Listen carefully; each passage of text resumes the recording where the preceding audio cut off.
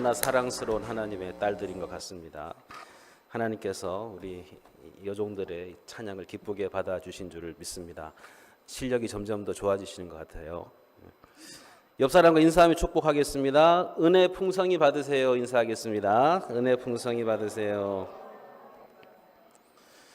1997년 11월에 우리나라는 결코 유쾌할 수 없는 그런 경험에 직면했습니다. 이른바 IMF 시절을 맞이한 것입니다. 혹시 그 이전의 우리나라의 상황을 잘 아시나요? 별다른 걱정 없이 살던 대한민국은 30년 전에 이미 국민소득 1만 달러를 연다 어쩐다 했습니다. 선진국들이 가입한다는 OECD에도 가입했습니다. 세계 사람들이 이를 두고 한 말이 뭔가 하면 한국에서 샴페인을 너무 일찍 터뜨렸다고 말했습니다. 정말 그랬습니다. 거품이 많았습니다. 마치 기누 거품처럼, 비누 거품처럼, 사이다 거품처럼 진짜는 아닌데 마치 진짜인 양 잔뜩 부풀어 있는 그런 풍요로움이었습니다. 그 당시에 왜 IMF가 터졌을까요? 이유는 잘 모른다 하더라도 그 뒤에는 무슨 일이 벌어졌는지를 저는 기억합니다. 그 시절에 제가 군대에 있었는데 훈련소에 가보니 갑자기 군대에 온 해외 유학파 청년들이 많았습니다. 환율이 올라가서 생활비가 감당이 안 되니까 잠깐 귀국했는데 그 사이를 놓치지 않고 병무청에서 영장을 발부하는 바람에 급하게 군에 끌려오는 그런 청년들이 많았습니다.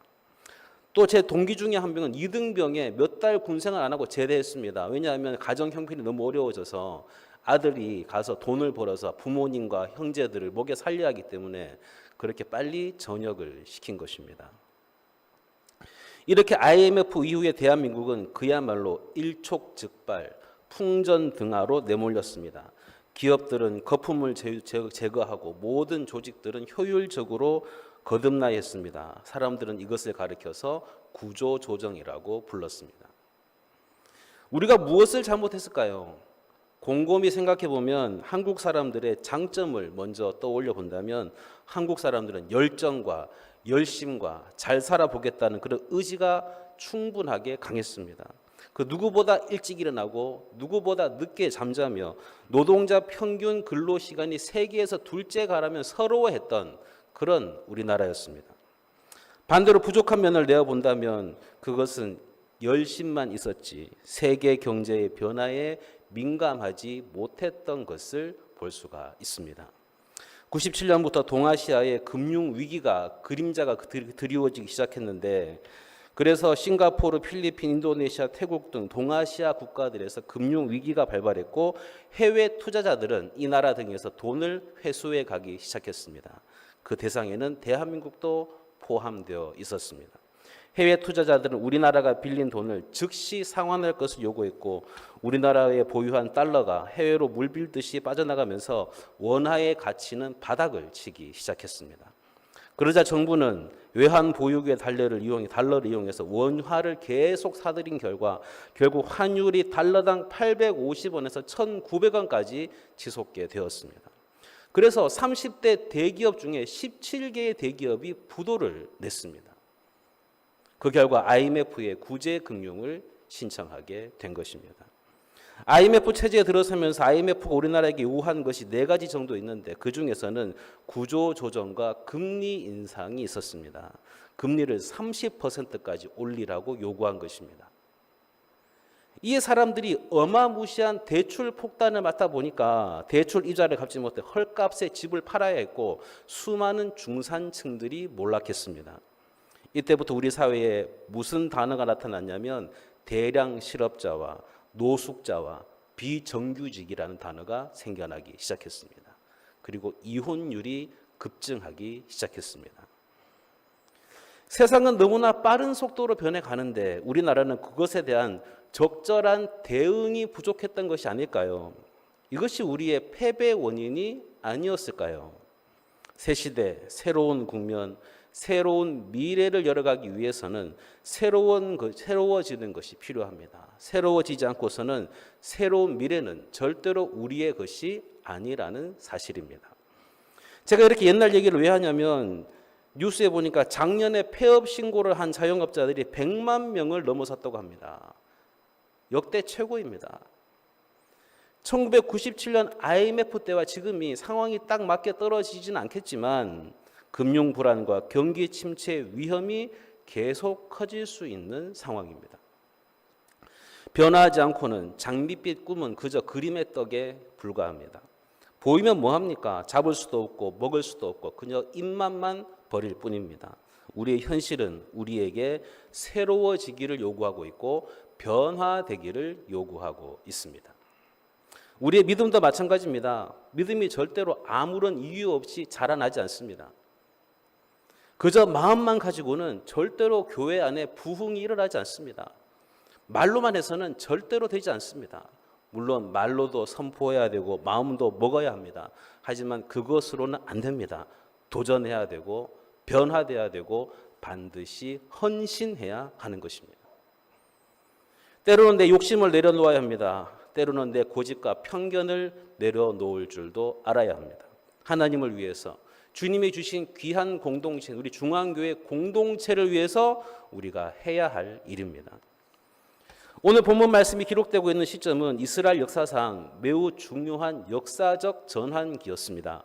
이스라엘이 400년의 종살이를 마치고 먼 길을 떠났습니다. 가나안을 향해 사막의 모래바람을 뚫고 긴 여정을 항해하여 긴 수고에 수고를 더하여 왔습니다. 드디어 그들이 꿈에도 그리던 땅, 젖과 꿀이 흐르는 땅, 하나님의 언약의 땅 가나안입니다. 그 땅이 오늘 이스라엘 민족들의 눈앞에 펼쳐지기 시작합니다. 드디어 가나안 땅의 관문인 요단강을 건너려고 하는데 이제 다 왔습니다. 바로 눈앞에 가나안 땅이 손에 잡힐 듯이 보입니다. 가슴이 부풀어 올라 풍선처럼 터져버릴 것만 같습니다. 한시라도 빨리 달려가고 싶은데 이 절정의 시간에, 이 하이라이트의 시간에 하나님께서는 무엇을 요구하시는가 하면 여호수아를 불러서 명령하십니다. 여호수아야, 너는 지금 저기 가서 저 부싯돌로 칼을 만들어라. 그리고 그 칼로 이스라엘 자손들에게 할례를 행하도록 해라. 새 포도주는 새 부두에 넣어야 한다고 예수님 말씀하신 것처럼 가나안 땅을 목전에 둔 이스라엘 백성들에게 하나님께서 강력하게 명령하시는 게 뭔가 하면 새로운 땅에 들어갈 수 있는 자격을 갖추라고 하십니다. 새로운 땅은 아무나 들어갈 수 없습니다. 새로운 땅은 아무에게나 밟혀지는 그런 값싼 땅이 아닙니다. 새로운 땅에 들어가기 위해서는 이스라엘 백성들이 반드시 새로워져야 합니다. 이것이 하나님이 원하시는 강력한 명령이었습니다. 그러면 우리가 새로워진다는 것이 무슨 의미일까요? 이것은 상대적인 의미인데 새 것이 있다는 것은 그 다른 것은 이전 것은 낡았다는 것입니다. 옛 것이라는 것입니다. 즉 새로워진다는 것은 옛 것을 포기하는 것입니다. 새로워지기 위해서는 옛 것을 내려놓아야 한다는 사실입니다. 그렇다면 이스라엘 백성들에게 있어서 옛 것은 어떤 의미일까요? 그것은 너무나 확실하게 애굽에서의 추억이었습니다. 400년이라는 긴 시간은 그들이 누구이며 누구의 백성이며 왜 여기까지 오게 했는가 하는 여러 이야기들을 망각시키기에 충분한 시간이었습니다. 그래야 그들은 애굽 사람들처럼 동화되었고 나일강의 찬란한 문화에 젖어들었습니다. 그들은 힘들 때마다 모세를 원망했습니다. 그럴 때마다 약방의 감초처럼 나왔던 말이 무엇입니까? 애굽에 있을 때는 고기 가마 곁에서 그래도 고기를 마음껏 뜯을 수 있었는데 그래도 애굽에 있을 때는 지금처럼 물 때문에 고생하진 않았는데 성도 여러분, 우리는 어떻습니까? 하나님의 약속의 땅을 위해 출애굽하긴 했지만 애굽을 떠나오긴 했지만 광야의 시련으로 인해 자꾸만 옛 삶을 돌아보고 있지는 않습니까? 예수 믿고 하나님 나라 백성으로 살기로 작정을 했는데 힘든 오늘의 현실로 인하여 자꾸만 옛날이 그리워질 때가 있지는 않습니까?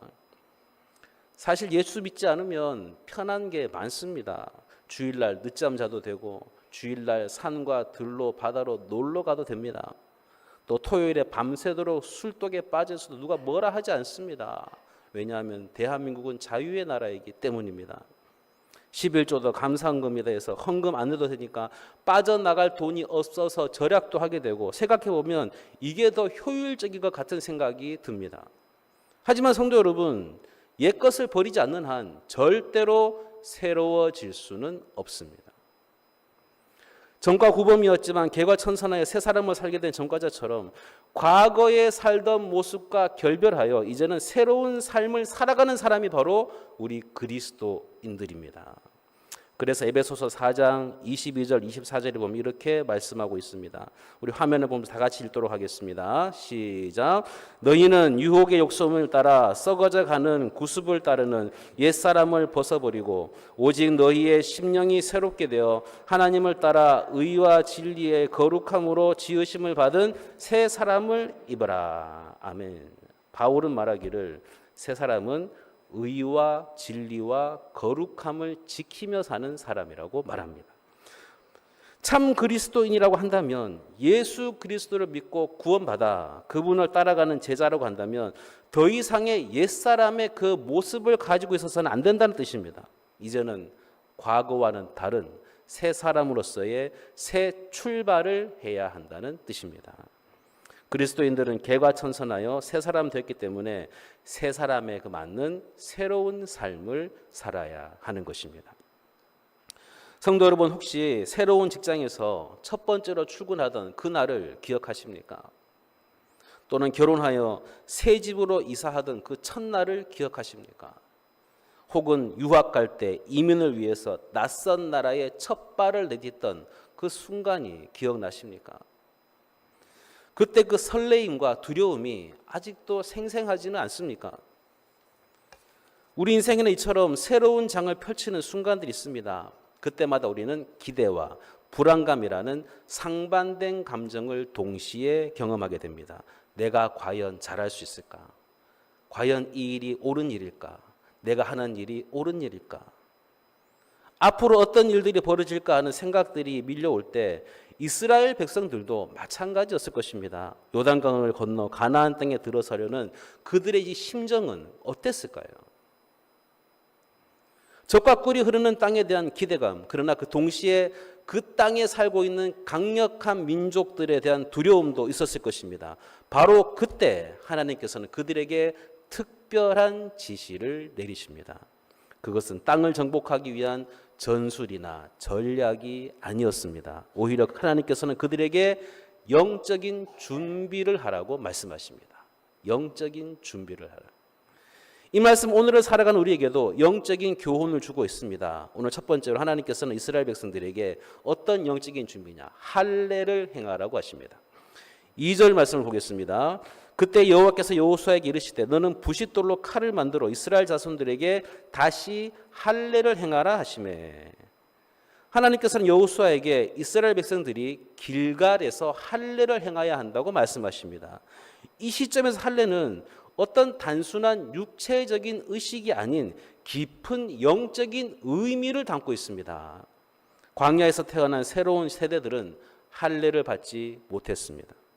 애굽을 나온 첫 세대가 불순종함으로 광야에서 모두 죽고 그들의 자녀들이 이제 약속의 땅에 들어가게 되었습니다. 이런 상황에서 할례는 아브라함 때부터 내려오는 언약의 징표를 새롭게 확인하는 의식이었습니다. 더욱 놀라운 것은 할례의 시기입니다. 가나안 족속들이 두려워 떨고 있는 이때가 바로 이스라엘 백성들이 가장 취약해질 수 있는, 교만해질 수 있는 순간이었기 때문입니다. 할례를 받은 후에는 상처가 아물 때까지 며칠간의 회복 기간이 필요합니다. 적진 바로 앞에서 모든 군사들이 이런 상태에 놓여 있다는 것은 군사적으로도 매우 위험한 상태입니다. 하지만 하나님께서는 이스라엘 백성들에게 전쟁의 승리보다 더 중요한 것을 가르쳐 주시는데 그것이 바로 하나님으로서의 백성으로서의 정체성을 회복하는 것이었습니다.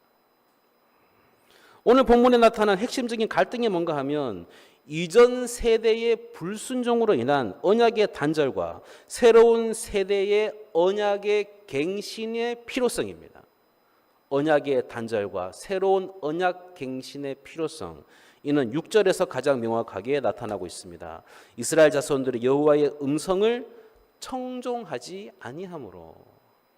이 구절의 핵심 단어는 청종하다라는 동사인데 이 샤마라는 히브리어 남발은 어떤 뜻인가 하면 단순히 듣다라는 말을 넘어서서 순종하다, 이해하다의 의미를 갖고 있습니다. 불순종한 출애굽 첫 세대는 하나님의 말씀을 들었지만 진정으로 청종하지 않았습니다. 이는 결국 그들이 약속의 땅에 들어가지 못하게 만드는 결과를 초래했습니다. 이 말씀은 오늘 우리에게도 동일한 교훈을 주고 있습니다. 오늘날 우리의 삶에도 이와 유사한 갈등이 발생합니다. 현대 교회와 성도들은 겉으로는 신앙생활을 하면서도 내적으로는 하나님의 말씀에 대한 진정한 순종, 청종이 부재한 경우가 많습니다. 주일 예배는 드리지만 월요일부터 토요일까지 삶 속에서 하나님의 뜻을 실천하지 않습니다. 성경은 읽지만 10독, 11독, 20독 하지만 그 말씀대로 살지 않습니다. 기도는 하지만 기도 가운데 들려주신 하나님의 뜻과 음성에 순종하지 않습니다. 자기 뜻대로 행합니다. 우리는 종종 교회의 각종 프로그램과 활동에는 열심히 참여하면서도 이웃을 사랑하고 정의를 실천하라는 하나님의 핵심적인 명령은 외면합니다. 이는 오늘 본문에서 육체의 할례는 받았지만 마음의 할례가 없었던 출애굽 첫 세대의 모습과 별반 다르지가 않습니다. 이러한 현상은 우리의 신앙이 얼마나 쉽게 형식화될 수 있고 공허해질 수 있는가를 보여줍니다. 하나님께서 이러한 갈등을 해결하시기 위해 세 가지 구체적인 방법을 취하셨는데 첫째는 바로 할례를 행하라고 하신 것입니다. 두 번째로 하나님은 유월절을 지키라고 하십니다. 본문 10절은 이 사실을 설명하고 있습니다. 또 이스라엘 자손들이 길갈에 진쳤고 그달 14일 저녁에는 여리고 평지에서 유월절을 지켰으며 이 길갈에서 유월절을 다시 지키게 되었다고 본문이 설명하고 있는 이유가 무엇일까요? 유월절은 어떤 달인가 하면 이스라엘 백성들이 애굽의 노예 생활에서 해방된 날을 기념하는 절기가 유월절입니다. 하나님께서 그들을 어떻게 구원하셨는지, 그들의 민족이 도대체 어디에서부터 시작됐는지를 기억하는 시간들이 바로 유월절입니다. 마치 우리가 성찬식을 할 때마다 예수님의 십자가의 그 구원을 기억하는 것처럼 그들은 유월절을 통해 하나님의 구원하심을 기억했습니다. 특별히 주목할 점은 이 유월절이 가나안 땅에서 처음 지키는 유월절이라는 것입니다. 광야에서도 유월절을 지켰지만 이제 그들은 약속의 땅에서 처음으로 이 절기를 지키게 된 것입니다. 이는 하나님의 약속이 성취되었음을 보여주는 증거이기도 합니다. 이처럼 하나님께서는 이스라엘 백성들이 새로운 시작 앞에서 먼저 구원의 은혜를 기억하게 하십니다. 우리도 새로운 도전을 앞둔 순간마다 지금까지 내 삶을 인도하신 그 하나님의 그 은혜를 먼저 기억하는 성도들이 되시기를 간절히 바랍니다. 세 번째로 하나님은 삶의 방식을 새롭게 하십니다. 하나님께서 만나를 그치게 하시고 가나안의 소산을 먹게 하심으로 그들의 삶의 방식을 완전히 새롭게 하십니다. 여기서 우리가 주목해야 할 점은 하나님께서 공급해 주시는 방식의 변화입니다. 공급은 언제나 해주셨는데 그 방식이 변한 것입니다. 이는 단순한 음식의 변화가 아닌 하나님의 초자연적인 공급에서부터 약속의 땅에서의 안정적인 삶으로의 전환을 의미하는 것입니다. 지금까지 하늘에서 내렸다면 이제는 땅에서 솟아나는 것도 기적이라는 사실입니다. 12절은 아주 중요한 변화를 기록하고 있습니다. 또 그 땅에 소산물을 먹은 다음 날에 만나가 그쳤으니 이스라엘 사람들이 다시는 만나를 얻지 못하였고 그 해에 가나안 땅에 소출을 먹었더라. 이 변화가 얼마나 극적인 변화인가를 한번 생각해 보십시오. 40년에는 긴 시간 동안 이스라엘 백성들은 매일 아침마다 매일마다 하늘에서 내려오는 만나를 먹으며 살았습니다. 하루도 빠짐없이 40년 동안입니다. 그들의 아이들은 태어나서 지금까지 이 만나 외에는 다른 양식을 먹어본 적이 없습니다. 그러므로 만나는 그들에게 있어서 단순한 음식만이 아니라 하나님의 신실하심을 매일마다 경험하는 증거였습니다. 그런데 이제 갑자기 그 만나가 그쳤습니다. 이제 분명히 그들에게 불안한 변화가 생겼을 것입니다. 하지만 하나님께서는 이제 새로운 방식으로 그들을 먹이겠다고 약속하십니다. 가나안 땅에서 나는 소산으로 먹이겠다고 하십니다. 이 같은 변화는 광야의 임시적인 공급에서부터 약속의 땅에서의 풍성한 공급으로의 전환을 의미하는 것입니다. 이것은 우리의 신앙생활에도 중요한 교훈을 줍니다. 때로는 하나님이 우리에게 익숙한 그런 은혜의 방식을 바꾸실 때가 있습니다. 그때 우리는 불안해할 수 있지만 하지만 대개 더 풍성한 은혜로 인도하시기 위한 과정인 것을 믿으시기를 간절히 바랍니다. 광야에서 만나보다 더 가나안 땅의 소산이 풍성했던 것처럼 하나님은 그분의 백성들이 과거의 수치와 불순종에서 벗어나서 참된 언약 백성으로 새롭게 시작할 수 있도록 구체적으로 실제적인 방법으로 은혜를 베풀어 주십니다. 오늘 하나님께서는 이스라엘 백성들에게 가나안 정복이라는 새로운 시작을 앞두고 특별한 준비를 요구하십니다. 할례를 통한 언약 백성의 정체성 회복과 유월절을 통한 구원의 감격과 기억을 하게 하시고 또 그리고 만나에서 가나안의 소산으로의 양식의 전환을 통해 새로운 은혜에 대한 신뢰를 갖게 하십니다. 이 세 가지는 오늘 우리에게도 동일한 영적인 준비가 되는 것입니다. 성도 여러분, 9월의 첫 주일을 시작하면서 우리도 지금 각자의 삶의 자리에서 새로운 시작을 준비하고 있을 것입니다. 새로운 삶을 살기 위해서는 우리가 무엇보다 먼저 기도해야 합니다. 새 학기를 맞이한 학생들 이렇게 기도하십시오. 새로운 도전과 기회 앞에서 두려워하지 말고 하나님을 의지하며 한 걸음씩 나아갈 수 있도록 지혜와 용기를 달라고 기도하시기 바랍니다. 또 직장에서 하반기 업무를 시작하는 성도들은 새로운 활력과 비전을 주셔서 맡겨진 일들을 충성스럽게 감당할 수 있게 해달라고 기도하시기 바랍니다. 또한 모든 성도들이 각자의 자리에서 맡겨진 사명을 충실하게 감당하며 서로 사랑함으로 교회를 든든히 세워나가는 아름다운 공동체가 되게 해달라고 기도하시기 바랍니다. 새로운 시작을 준비하면서 새로운 사람으로 살아가려고 할 때 우리가 잊지 말아야 할 것은 하나님이 원하시는 것은 외적인 성공이나 승리가 아니라 우리의 영적인 준비라는 사실입니다. 그것은 바로 먼저 그의 나라와 그의 의를 구할 때 다른 모든 것을 더하시겠다고 약속하신 그 주님을 신뢰하며 오늘을 나아가는 것입니다. 그 순종의 결과가 무엇일까요? 14절에 보면 여호와의 군대 장관이 나타납니다.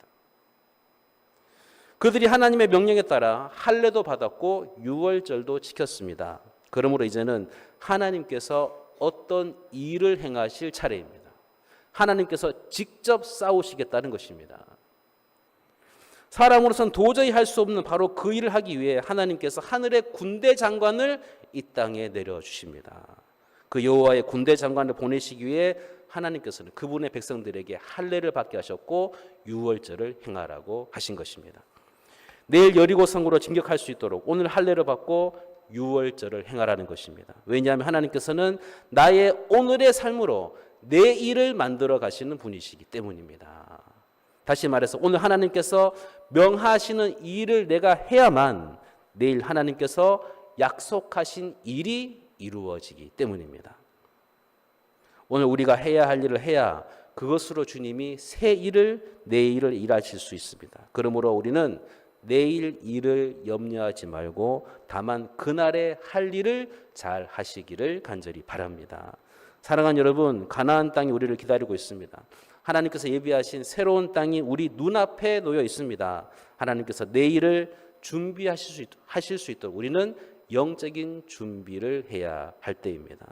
40년 동안을 인내하고 훈련하여 찾아온 이스라엘 백성들처럼 우리는 오랜 시간 인내하고 참아내며 오늘 지금까지 오지 않았습니까? 너무 힘들었어 하며 포기하시겠습니까? 아니면 새로워짐의 예복을 입고 거룩한 하나님의 백성의 자격을 갖추고 그 땅에 당당하게 들어가시겠습니까?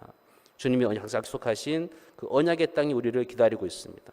그 땅에 들어가기를 원한다면 첫째, 옛것을 버리고 새롭게 되십시오.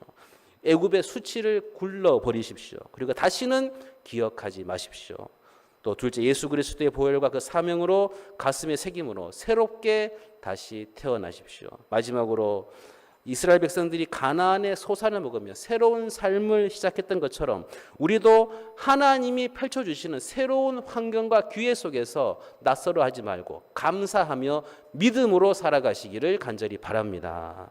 하나님께서 우리 앞에 예비하신 새로운 시작을 믿음으로 받아들이며 그분의 인도하심을 따라 나아가는 복된 하반기의 삶이 될 수 있기를 예수님의 이름으로 간절히 축원합니다.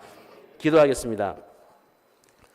하나님 아버지, 오늘 여호수아의 말씀을 통하여 우리에게 말씀해 주시니 감사합니다. 우리도 이스라엘 백성들처럼 새로운 시작 앞에서 영적 준비를 하는 것이 얼마나 중요한지를 깨닫게 하시니 감사합니다. 하나님의 백성으로서의 정체성을 굳건히 지키며 지금까지 인도하신 구원의 은혜와 감격을 기억하고 새롭게 부어주실 은혜를 기대하며 살아가는 우리 모두가 되게 하여 주옵소서. 내일 일을 미리 염려하지 말게 해주시고 우리는 오늘 주님을 섬기는 데에만 열중하는 자가 되게 하여 주옵소서.